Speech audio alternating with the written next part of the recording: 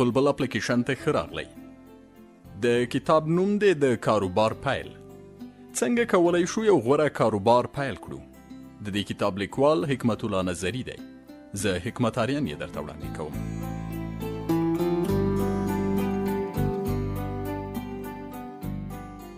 په ټوله کې د بازار په اړه کاروباري پلان باید لاندې پوښتنې ځواب کړي. لومړی، ستاسو کمپنۍ به څنګه پرمختګ کوي؟ دویم، ستاسو په کمپنۍ کې کوم فاکتورونه شته چې ستاسو د کمپنۍ د پرمختګ سبب ګرځیدای شي؟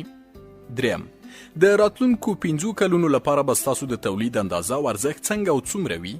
څلورم، د مارکیټ په ویشلو سره به ستاسو په کاروبار څه تاثیر وغورځېږي؟ پنځم، د مارکیټ په ویشلو اټکلي ګټه مو اوس او په راتلونکي کې څه ده؟ شپږم، بازار څنګه په برخو ویشئ؟ اووم، ستاسو هدف شوي پیرودونکي ګروپونه کوم دي؟ اتم، کولی شئ یو مثالي پیرودونکی راته وښیاست؟ نهم، تاسو په کومه اندازه د لویو پیرودونکو سره اړیکې لرئ؟ لسم، د پیرودونکو لپاره د اخیستو کلیدي او اساسي فاکتورونه کوم دي؟ یولسم، د اصولو مشورې، پرچون فروشۍ او د خرڅلاو رول څه دی؟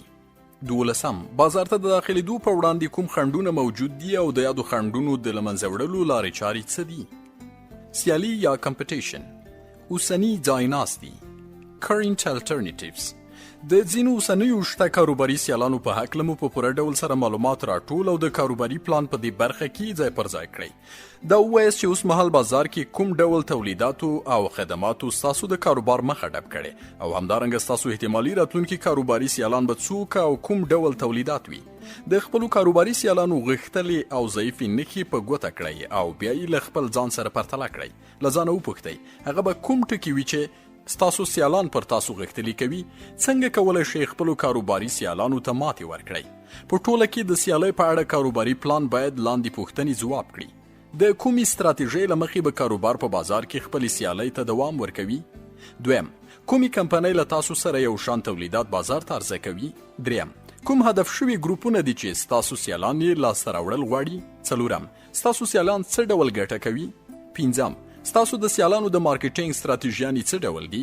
شپږم، سیالان مو د تولید د توزیع د کومو چینلونو څخه ګټه پورته کوي؟ اووم، د ګټورې سیالۍ لپاره باید څه وکړئ او ولې؟ اتم، ستاسو سیالان ستاسو د تولیداتو او بازار په اړه څه ډول غبرګون ښیي؟ نهم، خپلې او د سیالي کمپنۍ قوي او کمزوري نقطې سره پرتله کړئ. زموږ ګټې، our advantages. دا ووایاست چې ستاسو تولیدات یا خدمات ولې او په کومې ځانګړنې سره د نورو تولیداتو او خدماتو په پرتله غوره دي.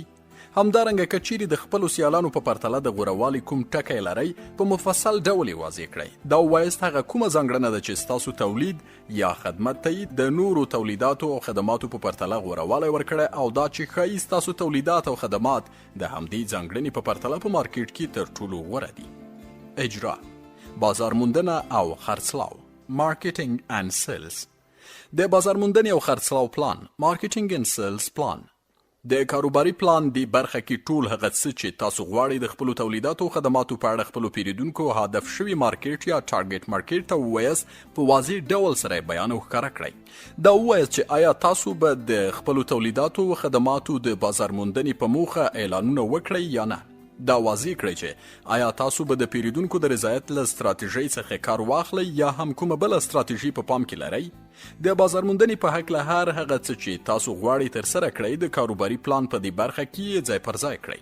بازار موندنه په بازار کې ډیرو پراخو هڅو ته اړتیا لري او همدا بازار موندنه ده چې د یو تولید په وړاندې د خلکو توجه راجلبوي. هغه ادارې چې غښتلی د بازار موندنې مدیریت لري او په یاد مدیریت کې غښتلی پرسونل ولري، نو پرته له شک څخه چې د تولیداتو لپاره به په ښه توګه اغېزمنه او بازار موندنه کوي. د کاروباري پلان د بازار موندنې او خرڅلاو په کالم کې د ګډ بازار مفاهیمو ته پاملرنه او د هغې څېړنه ضروري ده.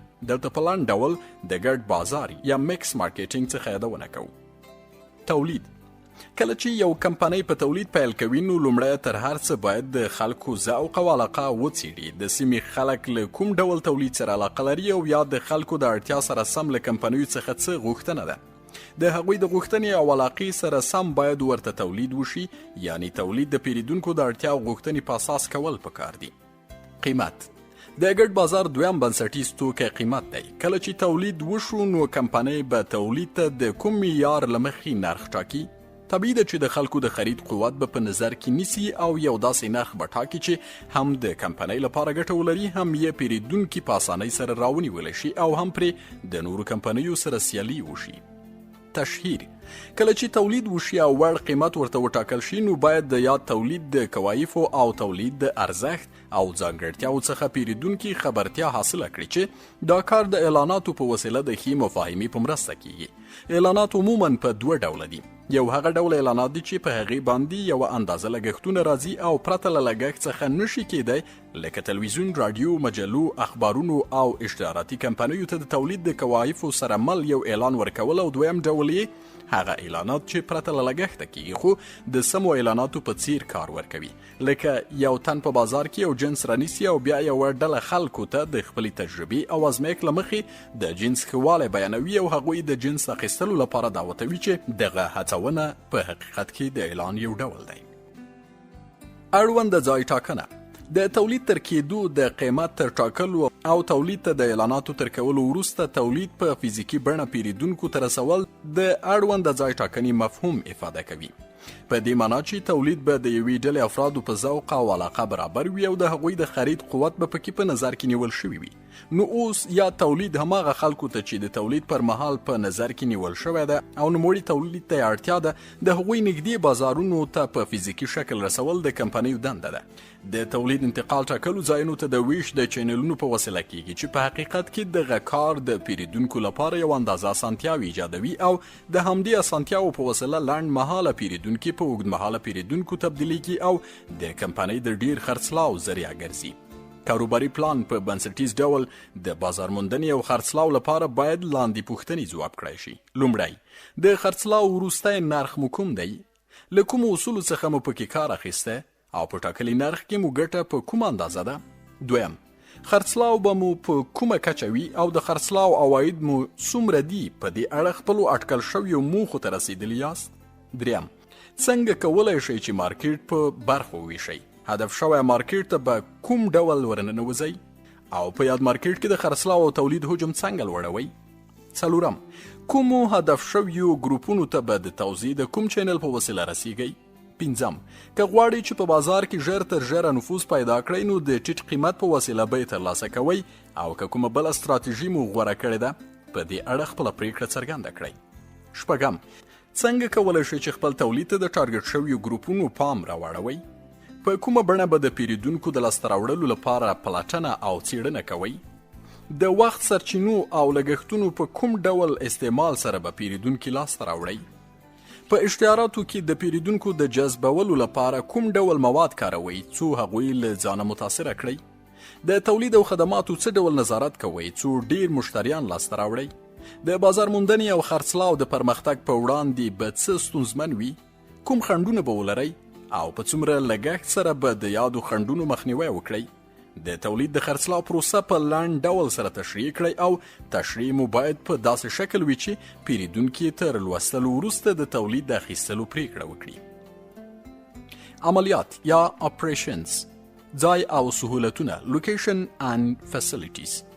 د خپلې کمپنۍ د فزیکي شتون ځای په نښه کړئ. دا ووایاست چې ستاسو شرکت به په کوم ځای او په څه ډول شتون پیدا کوي.